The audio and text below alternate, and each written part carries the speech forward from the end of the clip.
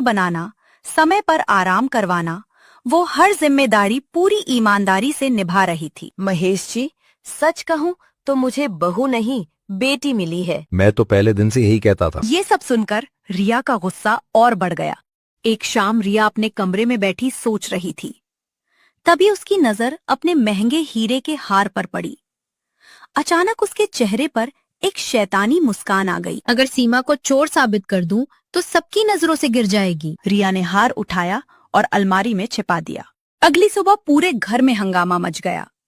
रिया जोर जोर से चिल्ला रही थी, मम्मी, मेरा हीरे का हार चोरी हो गया। क्या? अच्छी तरह ढूंढा क्या? पूरा कमरा देख लिया, कहीं नहीं मिला। घर के सभी लोग इकट्ठा हो गए। रिया बार बार एक ही बात दोहरा रही थी, घर में नया कौन आया है? तुम कहना क्या चाहती हो? मैं साफ साफ कहना चाहती हूँ कि सीमा पर शक है। दीदी आप ये क्या कह रही हैं? सच बोल रही हूँ। प्रिया सबको लेकर सीमा के कमरे में पहुंच गई। असल में वो रात को चुपके से हार सीमा की अलमारी में रख चुकी थी। अगर हार यही मिला तो? क्यों मिलेगा? मैंने कुछ नहीं लिया। रिया अलमारी खोलती है, कुछ कपड़े हटाती है और अचानक हार निकाल लेती है। देखा, यही है मेरा हार। पूरा कमरा स्तब्ध रह गया। शारदा देवी और महेश जी भी चौंक गए। सीमा की आंखों से आंसू निकलने लगे। नहीं, मैंने ये हार नहीं लिया। अब भी झूठ बोलोगी? भगवान की कसम, मैं निर्दोष हूँ। मुझे अपनी पत्नी पर पूरा भरोसा है। तो फिर हार यहाँ कैसे आया? तभी महेश जी ने एक ऐसी बात कही जिससे रिया के पैरों तले जमीन खिसक गई। आजकल घर में हर जगह सीसीटीवी कैमरे लगे हैं। सच कुछ ही मिनटों में सामने आ जाएगा। पूरा परिवार हॉल में बैठा था। माहौल बिल्कुल शांत था। किसी की हिम्मत नहीं हो रही थी कुछ बोलने की। महेश जी ने टीवी पर सीसीटीवी फुटेज चलाया। रिया की धड़कनें तेज हो गईं। सीमान भगवान से प्रार्थना कर रही थी।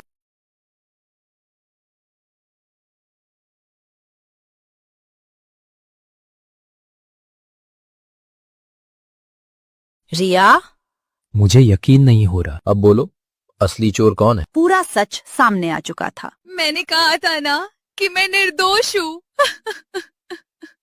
मैं बस एक शब्द मत बोलो। पहली बार रिया को अपनी गलती का एहसास नहीं बल्कि अपनी हार का दुख हो रहा था। जिस बहू ने मेरी जान बचाई उसी को बदनाम करने की कोशिश की। आज तुमने हमें शर्मिंदा कर दिया। रिया, मैंने कभी नहीं सोचा था कि तुम इतनी नीचे गिर जाओगी। रिया गुस्से और अपमान से कांप रही थी। इस सब की वजह सीमा है। रिया गुस्से में अपना सामान पैक करने लगी। रिया, अपनी गलती मान लो। गलती मेरी नहीं, उस सीमा की है। तुम अभी भी नहीं समझ रही हो। रिया मायके से चली गई, लेकिन उसके दिल में बदले की आग पहले से ज्यादा भड़क चुकी थी। रिया के जाने के बाद घर का माहौल बदल गया।